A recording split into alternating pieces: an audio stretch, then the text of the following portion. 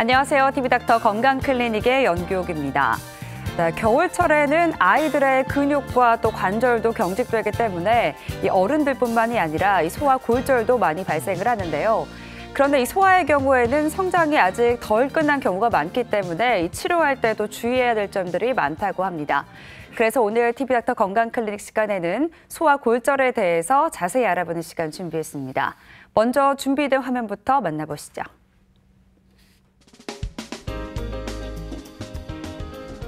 추운 날씨, 곳곳이 빙판길인 겨울에는 소아 골절도 많이 발생하는데요. 소아의 경우 가벼운 충격에도 뼈나 연골에 금이 가고 부러지는 경우가 많은 데다 골절인 줄 모르고 지나치는 경우도 간혹 있기 때문에 더 주의가 필요합니다. 특히 아이들이 주로 다치는 부위인 손목이나 팔꿈치, 발목 뼈의 끝에는 연골 조직인 성장판이 있는데요. 골절로 성장판이 손상되면 뼈 길이가 짧아지거나 관절이 한쪽으로 휘어지는 증상이 나타날 수 있습니다. 성장과 밀접한 관련이 있어 그에 맞는 적절한 치료가 필요한 소아 골절. 오늘 TV닥터 건강클리닉에서는 소아 골절에 대해 자세히 알아봅니다. 네, 아이들이 넘어져서 성장판이 다치게 된다면 이 부모님들의 걱정이 이만저만이 아닐 겁니다. 이 성장의 영향을 최소화할 수 있는 이 소아 골절의 치료에 대해서 오늘 자세히 알아보도록 하겠습니다. 최병원 정형외과 정경일 과장과 함께하겠습니다. 과장님 안녕하세요. 네, 안녕하세요. 네. 이제 아이들이 넘어져서 뼈에 금이 가거나 부러지기라도 하면 이제 부모님들이 걱정이 참 많으실 것 같은데요. 실제 진료를 좀 하시다 보면은 이런 골절로 인해서 병원을 찾는 아이들이 좀 많은 편인가요? 어떻습니까? 최근에는 부모님들이 관심이 높아져서 활동을 할 때 보호 장비들을 많이 착용하고 활동을 하는 경우가 많아서 네. 예전보다는 좀 감소되어 있는 추세입니다. 그렇군요. 소아의 골절 및 탈구 등 근골격계의 손상은 전체 소아 외상의 약 15% 정도를 차지합니다.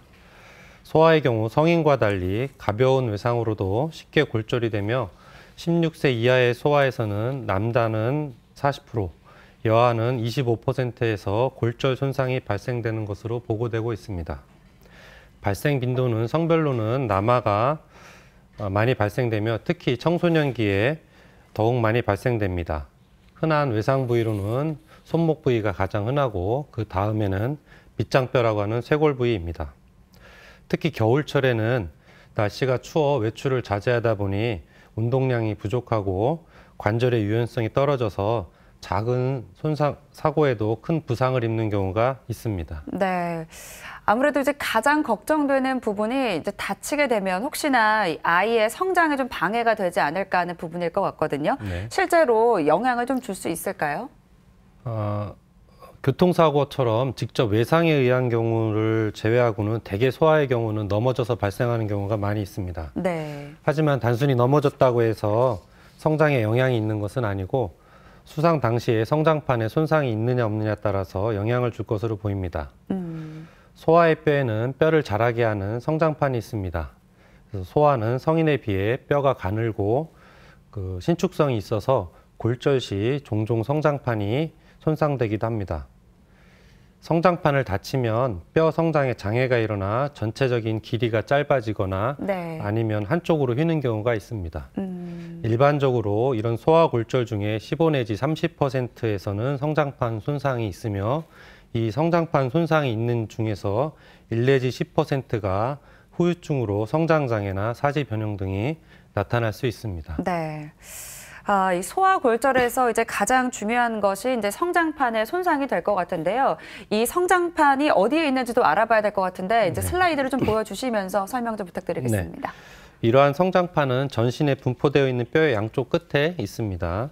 성장판이란 팔다리뼈에서 길이 성장을 일어나는 부분을 말합니다. 네. 대개 뼈의 양쪽 끝에 있으며 뼈와 뼈 사이에 연골판이 끼어 있는 형태로 있습니다. 그래서 화면을 보시면 네. 태아 때는 팔다리 뼈는 모두 연골로 되어 있으며 태아가 성장을 하면서 연골의 한가운데 부분이 뼈로 바뀌면서 양쪽 끝으로 점차 퍼져나가게 됩니다. 이 부분을 1차 골화 중심이라고 합니다. 네. 한편 뼈의 양쪽 끝에는 아직 뼈로 바뀌지 않은 연골 부분이 자체적으로 또 뼈로 바뀌는 부분이 나타나는데 이 부위를 2차 골화 중심이라고 합니다. 이렇게 뼈의 가운데하고 양쪽 끝에서 연골이 뼈로 점차 바뀌고 그 사이에 남은 연골이 성장판이 됩니다. 그러다 사춘기쯤 되면 성장판이 모두 뼈로 바뀌게 되면서 길이 성장이 끝나게 됩니다. 다음 화면은 손목을 찍은 엑스레이 사진입니다. 네. 좌측의 경우는 성인의 손목 사진이고 우측의 경우가 소아의 손목 사진입니다. 좌측의 경우는 성장이 완료되어 성장판이 보이지 않는 사진이고 우측 같은 경우에는 화살표 표시되어 있는 부위처럼 빈 공간으로 보이는 부분이 성장판입니다. 네. 엑스레이상에서 연골 부분은 아직 석회화가 되어 있지 않기 때문에 이렇게 빈 공간으로 보이게 되어 있습니다. 확실히 이제 엑스레이를 통해서 이제 어른과 또 소아의 이 상태들을 좀 비교해 볼 수 있었는데요. 이제 소아 골절에는 이제 성장판이 이제 큰 영향을 미치기 때문에 성장판에 대해서 조금 더 자세하게 알아봐야 될 것 같습니다. 이 성장판이라는 게 어떤 조직들로 구성되어 있는지도 궁금하거든요. 네. 다음 화면을 보시면 성장판의 미세 구조를 보면 성장판은 대부분 연골세포로 구성되어 있습니다. 그래서 한쪽에서는 활발하게 세포분열을 일으키고 다른 한쪽에서는 연골세포들이 성숙해지면서 뼈 조직으로 대치되는 과정을 겪게 됩니다. 팔, 다리뼈가 길이 성장을 하는 원동력은 바로 성장판에 위치한 연골세포들의 활발한 세포 분열에 있습니다. 연골세포의 세포 분열에 가장 많은 영향을 미치는 인자는 각 개인이 이미 결정된 유전적 소인이고 그 외에 각종 영양분과 호르몬의 공급, 그리고 기계적으로 성장판에 주어지는 적당한 자극이 영향을 끼친다고 알려져 있습니다. 네.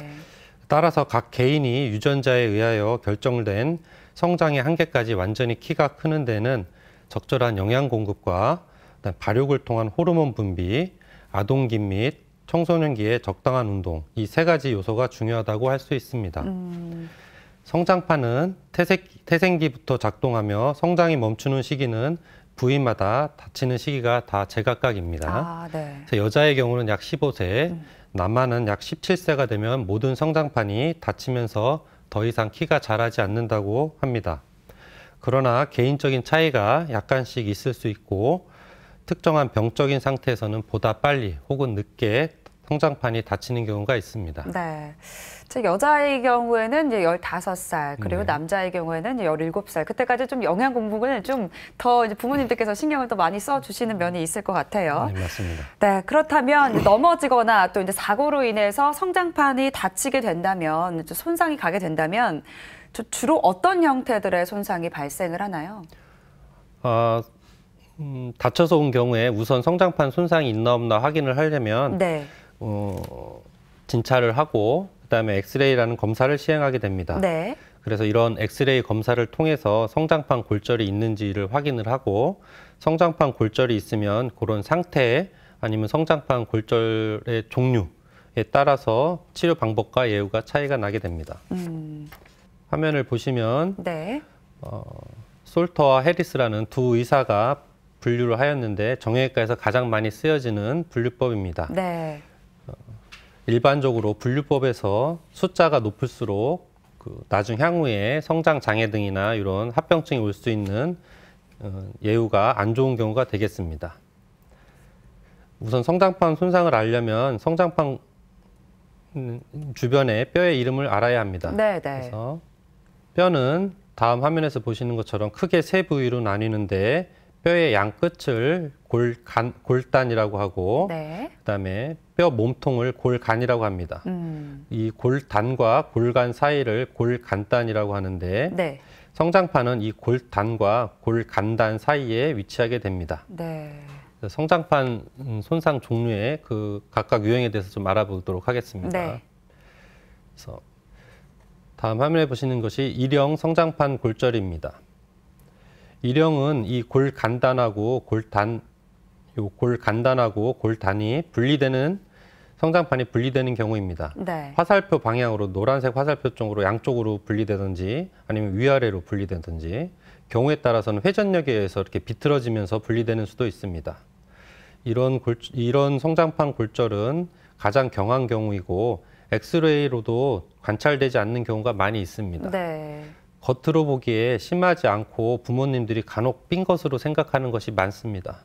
하지만 이런 성장판 부위가 붓고 압통이 있으면 의심할 수 있고 이런 경우에는 우선적으로 부목이나 석고붕대의 고정과 안정이 필요합니다. 네. 빠르면 3주 내에 회복되고 다른 문제를 남기는 경우는 매우 드물다고 알려져 있습니다. 다음 화면은 제2형 성장판 골절을 나타내는 사진입니다. 네. 2형 골절 같은 경우는 보시는 것처럼 외력이 한쪽에서 심하게 들어올 때 발생합니다. 1형 골절하고는 다르게 골 간단에 네. 삼각형의 뼈 부분이 남는 특징이 있습니다. 또한 성장판이 손상되지 않은 쪽에 골막이 괜찮아서 제자리로 모양을 맞추는 데 도움이 됩니다. 골절 부위가 만약에 잘 맞추어지면 부목이나 석고붕대의 고정을 통해서 치료를 할 수 있고 네. 이 골막이 이 성장판 사이에 끼어서 잘 맞춰지지 않는 경우에는 수술적인 치료가 필요할 수도 있습니다. 네.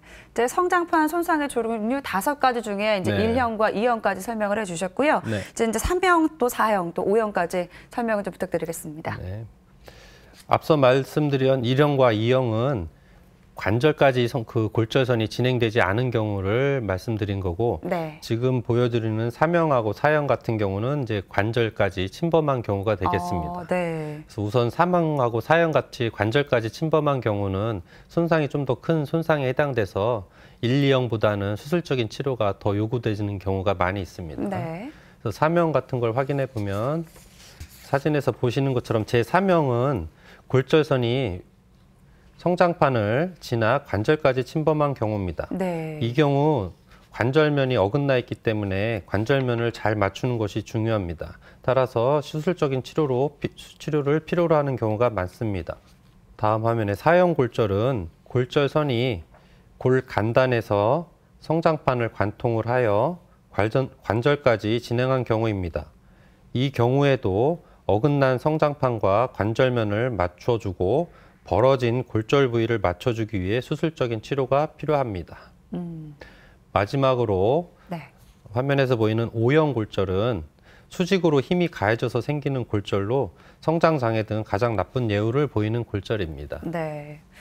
그런데 과장님, 제 생각에는 소아들의 경우에는 뭐 뼈나 또 연골 같은 게 약해서 좀 어른들에 비해서는 좀 잘 부러지지 않을까 이런 생각도 들거든요. 실제로는 좀 어떻습니까?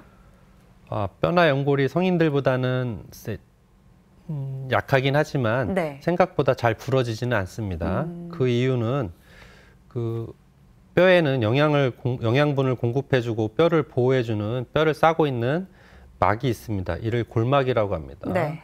화면에서 보시는 것처럼 저렇게 파란색 라인처럼 보이는 것이 골막입니다. 네. 이런 골막이 어느 정도 골절이 골절이 그 성인처럼 완전히 골절되거나 네. 아니면 골절된 뼈가 양측이 서로 어긋나는 그런 전이 골절을 막아주는 효과가 있어서 성인들처럼 그런 전이 골절보다는 그 휘어버리는 경우가 종종 있습니다. 네, 이제 설명을 들어보니까 확실히 이제 성인 골절과 또 소아 골절의 차이점이 이제 확연하게 다른 것 같은데요. 다른 점에 대해서 몇 가지 더 알아보도록 하겠습니다. 이제 방금 부러지는 경우보다는 이제 휘어지는 경우가 더 많다고는 말씀을 해주셨는데, 네. 이 소성 변형이라고 하는데 이 소성 변형에 대해서 조금 더 자세한 설명 좀 부탁드리겠습니다. 알겠습니다. 소아의 뼈는 외부에서 충격을 받으면 골절이 발생되기 전에 많은 에너지를 흡수하여 네. 실제 골절보다는 골이 휘어지는 소성 변형이 일어나는 경우가 있습니다. 화면에서 보시면 네. 저 맨 위의 사진에서 정상적인 뼈는 이렇게 일자로 잘 유지가 되지만 바로 밑에 사진을 보시면 이렇게 화살표 방향대로 힘이 가해지게 되면 이렇게 네. 휘어버리는 경우가 있는데 이를 소성 변형이라고 합니다. 네, 약간 이렇게 휜 모양을 네네. 소성 변형이라고 한다라고 말씀해 주셨고요. 네. 그 아래에 있는 게 융기골절입니다. 융기골절은 어떤 상태인지 설명 좀 부탁드릴게요. 네, 융기골절이라는 것은 골 간단부와 골 간부에서 만나는 부위에서 주로 발생되며 뼈가 이렇게 조금 휘면서 한쪽은 네. 겹쳐지면서 융기처럼 튀어 올라오는 경우가 있습니다. 이를 융기골절이라고 말합니다. 네, 이제 조금 전에 봤던 화면에서 약간 이런 식으로 겹쳐지는 겹쳐 부분 있죠. 올려오는 게 이제 융기골절. 네. 그 다음으로는 이제 녹색 줄기 골절입니다. 이건 또 어떤 건지 화면을 보면서 설명 좀 부탁드릴게요. 네. 충격이 가해진 후 생긴 불안정 골절로 뼈가 조금 휘면서 한쪽이 벌어진 것을 말합니다. 네. 화면에서 보시면 이제 휘면서 한쪽이 벌어지게 돼 있죠. 이게 마치 봄철에 물 오른 버드나무 가지를 저희가 꺾게 되면 완전히 뚝 부러지지 않고 한쪽은 부러지나 반대쪽은 나무 껍질에 붙어 있는 그런 양상을 보이는 거라고 생각하면 되겠습니다. 네. 이 소아골절이 가지고 있는 특징에 대해서 좀 알아보고 있는데요. 그런데 이제 소아들의 경우에는 뼈가 부러져도 이제 성인에 비해서 좀 뼈가 스스로 잘 붙는다고 하거든요. 실제로도 그렇습니까? 네, 맞습니다. 소아골절은 빠른 치유력을 보이며 특히 잔존 변형에 대하여 스스로 빠른 교정을 보이는 재형성력을 가지고 있습니다. 네. 다시 말해 뼈가 약간 삐뚤어 붙거나 휘어져 났더라도 오목한 부위는 과성장하고 볼록한 부위는 뼈가 흡수되는 과정을 거쳐 자연 교정되는 능력이 있습니다. 화면에서 보시면 이렇게 골절이 선이 있지만 시간이 지나면 볼록한 부위는 흡수가 되고 오목한 부위는 뼈가 자라돼서 과성장해서 나중에는 뼈가 이렇게 일자처럼 다시 재형성되는 경우가 있습니다. 근데 이런 재형성력은 나이가 어릴수록 또는 이 골절과 성장판이 가까울수록 또는 인접 성장판의 길이 성장력이 클수록 이런 재형성력이 큰 것으로 알려져 있습니다. 네. 대표적으로는 상완골이라고 해서 저희 말하는 어깨 부위죠. 네네. 상완골의 위쪽에 있는 성장판의 경우 팔의 길이 성장의 80%를 기여를 합니다. 그래서 이 부위의 골절로 나타난 변형은 팔꿈치에 있는 상완골 아래쪽 골절로 나타난 변형보다는 우수한 재형성력을 보입니다. 다음 엑스레이에서 보시면 네. 이 부분이 상완골 근위부 골절이 되겠습니다. 지금 보면 골절이 이렇게 꺾여져 있죠. 좀 시간이 좀 지나면 이렇게 꺾인 부위에서 보니 그 뼈가 재형성돼서 시간이 좀 지나서는 모양이 좀 펴져 있는 것처럼 이렇게 재형성이 되는 것을 보여주고 있습니다. 네, 이 소아골절의 특징에 대해서 알아봤는데요. 지금부터는 이 실제 환자 예를 좀 보면서 조금 더 설명을 들어보도록 하겠습니다. 먼저 이제 상체에 많이 발생하는 골절인데요. 이제 아이들이 쇄골을 다치는 경우가 많다고 하는데 어떻습니까? 네, 많이 있습니다. 이제 쇄골 같은 경우는 소아에서 가장 흔한 골절 중에 하나입니다. 대개의 경우 자전거 등을 타다가 어깨 부위로 넘어지거나 부딪히면서 발생하는 경우가 많이 있고요. 아주 어린 유아들은 침대에서 떨어지면서 골절되는 경우가 종종 있습니다. 이 가장 호발하는 부위는 쇄골에서도 가운데 부분이 가장 호발하게 되는데 한 85% 정도가 이 부위에서 발생됩니다. 외래에 내원하는 경우 하나는 대개의 경우 정상 쪽 팔을 다친 쪽 팔을 잡아 고정하고 머리를 이렇게 다친 쪽으로 기울여서 내원하는 경우가 많이 있습니다. 그래서 간혹 부모님들이 그 다친 지 얼마 안 돼서 이제 병원에서 치료를 받고 있는데 쇄골이 골절됐는데 아직도 머리가 삐뚤어져 있다, 고개가 틀어져 있다고 이렇게 물어보는 경우가 많이 있는데 이는 쇄골 골절로 인해서 나타날 수 있는 현상이고 향후 골절이 유압이 되면 자연히 소실되는 경우가 많습니다. 네. 근데 제가 이제 생각하기에는 쇄골을 다치게 되면 이제 좀 그 고정 치료도 많이 이제 불편할 것 같기도 하고 어려울 것 같기도 하거든요. 실제 좀 환자 예를 좀 보여주시면서 설명 좀 부탁드리겠습니다. 알겠습니다. 화면 보시면 오른쪽 같은 경우는 정상적인 쇄골입니다. 우리가 쇄골이라는 건 빗장뼈를 말하죠. 그렇죠. 여기 라인에서 보이는 거. 네. 근데 왼쪽 같은 경우는 지금 보면 가운데가 심하게 골절돼서 각이 형성돼 있는 거를 볼 수 있습니다. 네. 소아의 경우에는 대부분 비수술적인 치료를 시행하게 되나 그 골절 부위에 상처가 있는 개방성 골절이나 아니면 쇄골 바깥쪽 끝부분인데 쇄골 바깥쪽 끝부분에 심하게 어긋난 골절 등이 있는 경우에는 수술적인 치료가 필요할 수도 있습니다. 보통 시행하는 비수술적 치료의 경우 쇄골 부위는 다른 우리 상지나 하지처럼 그 석고보목이나 기부수 고정을 위치상 하기가 힘듭니다. 그래서 어깨를 뒤로 젖혀주는 팔자붕대라는 도구를 이용하여 골절 부위를 안정화시켜 치료하게 됩니다. 이런 게 팔자붕대죠. 이러한 팔자붕대는 겨드랑이에 이렇게 고정을 하게 됩니다. 모양이 팔자처럼 이렇게 생겨서 팔자붕대라고 하는데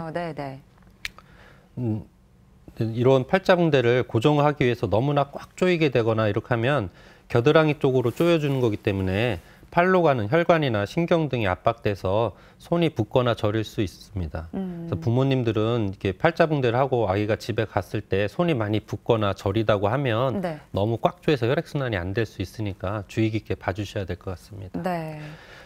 고정 기간은 나이에 따라 달라질 수 있습니다. 보통 한 3, 4주간이 필요합니다. 또한 이런 쇄골골절 같은 경우는 골절이 치유가 되면서 골절 부위로 인해서 이렇게 만져보면 튀어나와서 만져지는 결절이 있습니다. 네. 다음 사진에서 보면 엑스레이상에서 보면 이렇게 볼록하게 튀어나온 부위가 여기 치료가 되면서 되는 과정인데 이런 게 부모님들이 보시면은 만져진다고 이렇게 보시는데 요거는 골절 부위에 가골이 형성되면서 생기는 것으로 보통 6 내지 9개월이 지나면서 아까 말씀드렸던 뼈의 재형성 과정을 통해서 자연히 소멸됩니다. 그러면은 이제 만약에 이제 쇄골이 골절이 됐어요. 골절이 됐을 때 병원까지 옮겨지는 시간에는 좀 어떤 자세를 취해야 될까도 궁금할 것 같거든요. 네. 어떻게 해야 될까요? 쇄골이 골절되면 그 다친 쪽 팔을 네.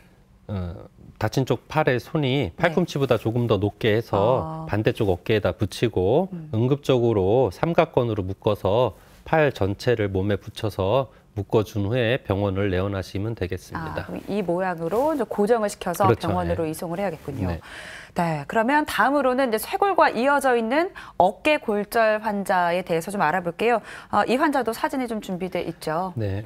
사진에서 보이는 뼈는 상완골 혹은 상박골이라고 하는 뼈로 이 어깨에서부터 팔꿈치까지 이어진 긴 뼈입니다. 네. 저희가 뼈를 분류할 때 위쪽에서부터 3분의 1씩 나눠서 위쪽 부분을 근위 부분, 중간 부분을 중간 부분, 네. 아래쪽 부분을 원위 부분이라고 나눌 수 있습니다. 사진에서 보면 위쪽 부분이 골절이 발생하였으므로 근위부 상완골 골절이라고 진단 내릴 수 있습니다. 네. 이 부위는 교통사고나 낙상사고 등 외부 충격으로 많이 발생하며 팔을 펴고 땅을 짚으면서 발생하기도 합니다. 사진에서 보이는 것처럼 많이 어긋난 경우에는 수술적인 치료가 필요할 수 있습니다. 네. 근데 이런 소아의 경우에 대부분 마취에 한계가 있기 때문에 전신 마취를 요합니다. 마취 후에는 가급적 성장판에 무리가 가지 않도록 어긋난 부위를 맞추어주며 이후 맞춤 부위가 다시 어긋나지 않도록 옆에 그림에서 보는 것처럼 핀 고정 등을 하여 골절 부위를 고정시키는 수술적인 치료를 시행하게 됩니다. 네. 저희가 소아에서 골절 부위를 고정시키는 방법 중 흔히 사용하는 방법이 핀 고정이라는 방법입니다. 이때 사용하는 핀은 성장판에 가급적이면 자극을 덜 줄 수 있는 부드러운 핀을 사용하게 되고 대개의 경우는 핀을 피부 바깥에 위치하여 둡니다. 그랬다가 골절 부위가 안정화가 되면 네. 다시 제거를 합니다. 근데 이렇게 치료하는 과정 중에 핀이 바깥에 위치하기 때문에 네. 그 핀 주변으로 염증 등이 발생할 수 있으므로 부모님들은 이런 수술적인 치료를 받은 환아에서는 핀 주변에 염증이 발생하지 않도록 예를 들면 물 같은 거 닿지 않도록 세심한 주의를 좀 신경을 써주셔야 될 것으로 생각됩니다. 네. 다음은 이제 팔꿈치에 발생할 수 있는 골절들에 대해서 좀 알아볼 텐데요. 우리는 이제 이거를 팔꿈치라고 부르거든요. 네. 그런데 이제 이거가 주관절이라고 부른다고 하는데요. 맞습니까? 네. 그러니까 의학적으로 팔꿈치 관절을 주관절이라고 말합니다. 네. 화면에서 보시면 이게 그 팔꿈치를 찍은 엑스레이 사진입니다. 네. 이 주관절은 위쪽에 상완골이라는 하나의 뼈하고 그 아래쪽에 요골하고 척골이라는 뼈가 이루어져 만들어진 관절입니다. 네. 소아에서는 이 부위가 흔한 손상이나 골절이 흔하게 발생하는 부위이나 정확한 진단 및 치료가 쉽지 않아서 합병증의 발생 가능성도 또 높은 부위입니다. 네. 그 팔꿈치 골절 중에 이제 가장 흔한 골절이라고 말씀을 해주셨는데요. 네네. 그렇다면 이 과상골절이 많이 발생하는 상황은 어떤 상황에 좀 많이 발생하나요? 네. 여기 화면에서 보시면 여기 팔꿈치 관절인데 저희가 위치를 좀 알면 그걸 이해하기 쉬울 것 같습니다. 네. 요 상완골이면 요 떨어진 부위가 성장판이 있는 부위고 밑에가 주관절이라서 관절이 있는 부위입니다. 성장판 위쪽 부위를 과상 부위라고 하고 안쪽 부위를 내과, 네. 바깥쪽을 외과라고 합니다. 네. 소아에서 가장 흔하게 팔꿈치 주변에 생기는 골절은 요 과상 부위에 생기는 부위를 과상부 골절이라고 합니다. 네.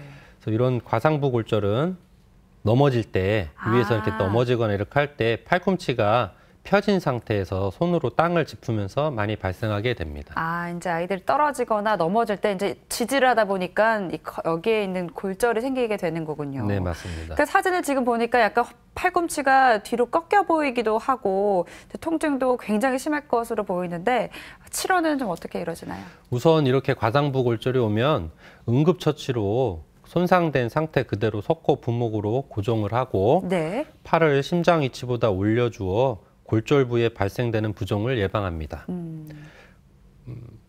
골절은 됐으나 각 변형이 심하지 않은 경우에는 석고붕대 고정을 하여 치료할 수 있습니다.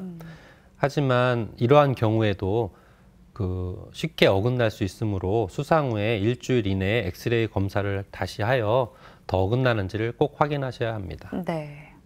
지금 보이는 사진에서 보시면 팔꿈치 관절을 앞에서 찍은 사진인데 좌측은 정상적인 쪽이고 네. 우측은 화살표 가리키는 방향을 보시면 그 골절돼서 많이 어긋나 있죠. 네, 약간 틀어진 것 같네요. 네. 이건 같은 환자분이신데 옆에서 찍은 겁니다. 네. 그래서 이쪽은 괜찮지만 반대쪽은 보면 화살표 보이는 데서 뒤로 많이 골절 부위가 어긋난 걸 볼 수 있습니다. 같은 환자의 비스듬하게 찍은 사진인데 골절 부위가 많이 어긋나 있는 상태를 볼 수 있습니다. 네. 이렇게 심하게 어긋난 골절은 보존적인 치료로는 치료하기 힘들고 수술적 치료를 시행해야 됩니다. 수술적인 치료는 마취 후에 골절 부위를 맞추고 다시 어긋나지 않도록 부드러운 핀을 사용하여 고정하게 됩니다. 네. 화면에서 보시는 것처럼 골절 부위를 맞추고 부드러운 핀을 사용하여 고정했습니다. 핀 고정 후에도 약 3, 4주간의 석고붕대 고정을 시행하고 네. 핀을 제거한 다음 점진적인 관절 운동을 시행하게 됩니다. 상기 환아 같은 경우는 적절한 치료를 시행해서 다음 사진에서 보이면 네. 핀을 빼고 찍은 사진인데 모양이 정상적으로 많이 안정화됐고 네. 골절 부위도 잘 유압되어 있는 사진을 볼 수 있습니다. 네. 하지만 이 과상부 부위 골절은 향후 팔꿈치가 안쪽으로 휜다는 걸 이렇게 안쪽으로 휘는 거죠. 이렇게 네. 안으로 휘는 내반주 변형이 올 수 있습니다. 변형이 심하여 외형상 보기가 흉하거나 신경마비 등의 기능장애가 있을 때에는 향후 변형 교정술이라는 추가 수술적인 치료가 요할 수도 있습니다. 네. 이제 팔꿈치에 발생하는 골절 중에 또 한 가지 더 알아보려고 하는데요. 이제 외과 골절입니다. 앞에서 잠깐 나온 것 같은데요. 어떤 상태인지 설명 좀 해주시죠. 팔꿈치 골절에서 외과는 아까도 말씀드렸듯이 바깥쪽에서 생기는 골절입니다. 외과는 상완골 끝부분의 바깥쪽을 말하며 네. 이 부위에서 생기는 골절을 외과 골절이라고 합니다. 주관절부 골절 중 과상골절로 다음으로 흔한 골절이며 주로 3에서 14세 남아에서 자주 발생하게 됩니다. 대개의 경우 넘어지면서 팔꿈치가 안쪽으로 네. 혹은 바깥쪽으로 꺾이면서 생길 수 있습니다. 네.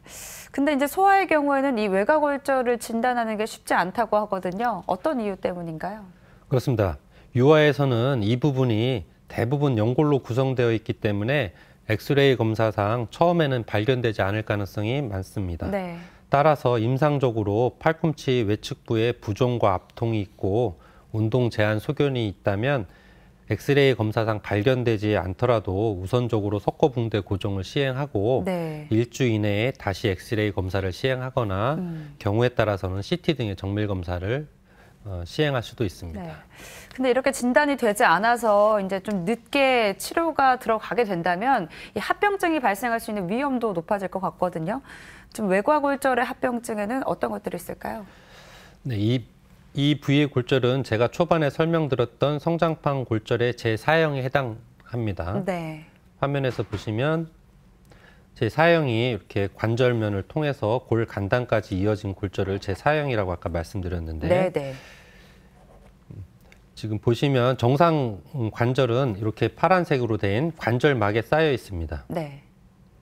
이 관절막에 쌓여 있는 관절 안에는 관절액이라는 그 관절 운동을 부드럽게 해주는 윤활유 같은 관절액이 있습니다. 네. 이 부위에 생긴 골절은 골절이 관절까지 연장되어 있어서 관절 안에 관절액이 골절 안으로 이렇게 들어가는 경우가 있습니다. 그래서 적절한 치료를 하지 않게 되면 네. 이쪽 부위가 잘 붙지 않는 불류압이 생길 수가 있습니다.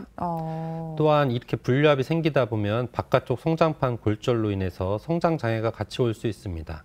그래서 팔의 안쪽은 정상적으로 자라나 바깥쪽은 덜 자라게 되면서 팔꿈치가 바깥쪽으로 휘게 되는 외반주 변형이 올 수 있습니다. 아까 과상골절에서는 대개 내반주라고 해서 안쪽으로 휘는 경우가 많은데 네. 이런 골절은 이렇게 바깥쪽으로 휘는 경우가 많이 올 수 있습니다. 네. 근데 이러한 외반주 변형이 심한 경우에는 이 팔꿈치 안쪽으로 해서 척골신경이라는 신경이 지나가게 되는데 이게 견인될 수 있습니다. 당겨지면서 나중에 지연마비가 생길 수 있습니다. 네. 네, 다음은 전완부 골절에 대해서 알아보겠습니다. 이 전완부라는 게 어느 부위를 말하는 겁니까? 화면에서 보시면 전완부 혹은 전박부라고 하는데 팔꿈치 밑에서 손목까지를 말합니다. 이곳에는 뼈가 두 개가 있는데 하나는 요골이라고 해서 엄지손가락 쪽으로 가는 뼈가 요골이고 나머지 하나는 새끼손가락 쪽으로 있는 뼈인데 척골이라는 뼈입니다. 대개 이 부위의 골절은 직접적인 가격에 의해서 발생하면 나이가 어린 소아에서는 아까 말씀드렸던 소성 변형이라고 해서 휘는 거 그런 소성 변형이 생길 수 있는 부위입니다. 네, 그러면은 이쪽 부분이 이제 전완부라고 말씀을 해주셨고요. 네. 전완부 골절의 치료 예도 좀 사진으로 준비해 주셨죠. 네, 사진에서 보시면 그 전완부의 요골 및 척골의 중간 부분에 두 군데 두 뼈가 다 골절이 돼서 이렇게 심하게 어긋나 있는 경우를 볼 수 있습니다. 네. 비록 그 초반에 제가 설명드렸듯이 소아의 골절이 잘 치유가 되고 재형성력이 크다고 하더라도 나이가 좀 많은 소아에서는 보존적인 치료로는 항상 좋은 결과를 얻을 수 있는 것은 아닙니다. 네. 이처럼 한 10세 이상이며 각 변형이 심한 경우에는 골절 부위를 맞추고 석고 붕대 고정을 하여도 나중에 다시 어긋날 가능성이 높습니다. 또한 이런 이 전완부에서는 회전 변형이라고 해서 골절을 맞춰줘도 길이나 앞에서 보거나 옆에서 볼 때는 맞지만 이렇게 틀어져 있는 회전 변형이 올 수가 있는데 이런 회전 변형은 단순히 맞추는 도수 정복만으로는 잘 교정이 되지 않을 가능성이 있어서 향후에 운동 제한이 올 수가 있습니다. 따라서 마취하에 수술적인 치료가 효과적인 치료가 될 수 있습니다. 상교 하나의 경우 다음 사진을 보시면 수술적인 치료를 시행하게 됐는데 수술적인 방법에는 여러 가지 방법이 있으나 여기서는 골수강 내 금속 핀 고정법을 시행하였습니다. 골수강이라는 거는 이렇게 기다란 뼈들은 뼈 안에 골수강이라고 빈 공간이 있습니다.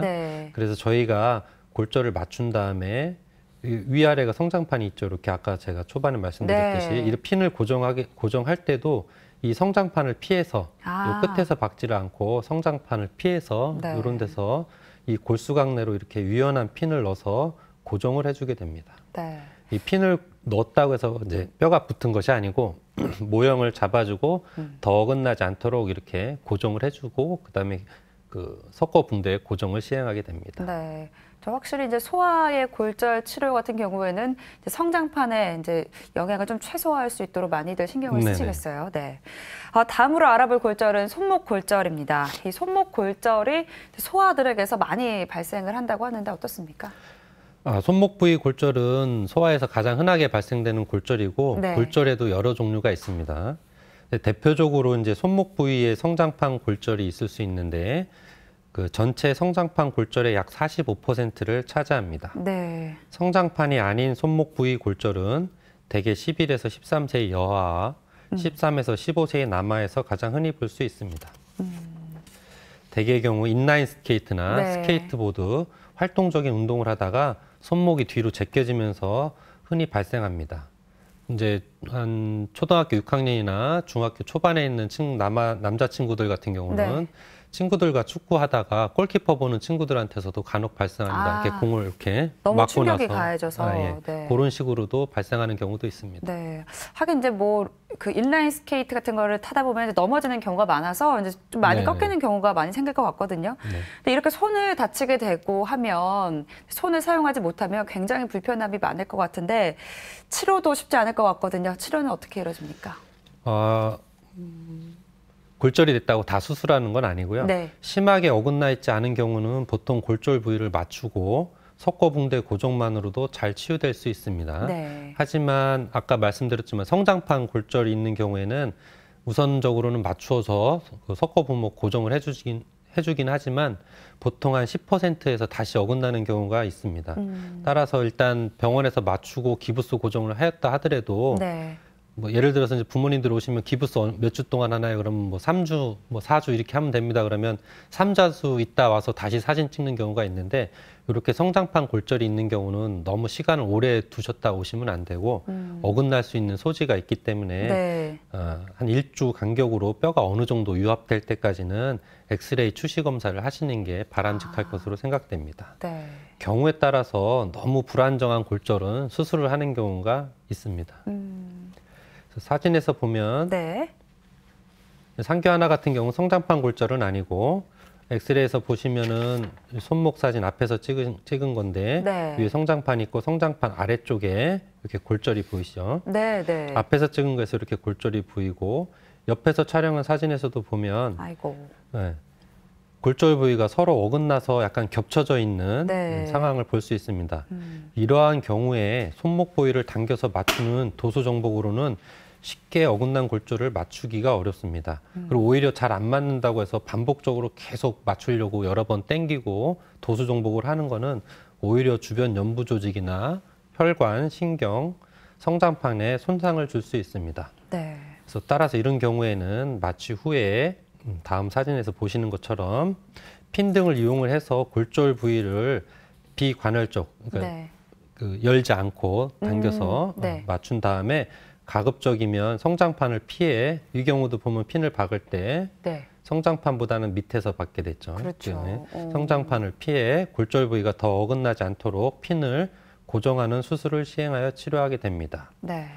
다음 화면에서 보시면 치료 후의 사진인데 골절 부위가 잘 유합되어서 모양이 앞에서 찍고 옆에서 찍은 거에서 잘 유지되는 것을 볼 수 있습니다. 네. 오늘은 이제 소아골절에 대해서 알아봤는데요. 아무래도 네. 뭐 좋은 치료 방법들도 있지만 예방하는 게 가장 좋을 것 같습니다. 이 네. 소아골절 예방하려면 어떤 수칙들을 좀 지키면 될까요? 일반적인 수칙에 대해서 말씀드리면 네. 평소 학교나 가정에서 어린이 안전교육을 주기적으로 실시해주면 좋으실 것 같고요. 그다음에 도로변보다는 학교 운동장 등 안전한 장소에서 놀게 하는 게 좋을 것 같습니다. 네. 또한 자전거나 인라인 스케이트 등 활동적인 놀이 시에는 반드시 안전보호 장비를 착용하는 게 좋을 것 같고 어린이용 침대는 가급적이면 높이가 낮은 것을 사용하고 유아용은 보호 칸막이가 설치된 것을 사용합니다. 외상으로 인해 관절 주위가 부어오르거나 아파하면 임시 부목으로 응급 처치를 한 후 가능한 빨리 전문의의 진료를 받게 하는 게 좋을 것 같습니다. 네. 네, 오늘은 최병원 정경일 과장과 함께 소아골절에 대해서 알아봤습니다. 과장님 오늘 말씀 감사합니다. 감사합니다. 네, 아무리 뭐 안전 수칙에 대해서 아이들에게 이야기를 해도 우리 아이들은 좀 안 지키는 경우가 많습니다. 그렇기 때문에 우리 어른들의 역할이 더욱더 중요하다는 생각이 드는데요. 끊임없이 안전 교육을 시키고 또 보호 장구를 잘 착용할 수 있도록 도움을 주셔야겠죠. TV닥터 건강클리닉 오늘은 여기까지입니다. 다음 주 이 시간에 다시 찾아뵙겠습니다. 고맙습니다.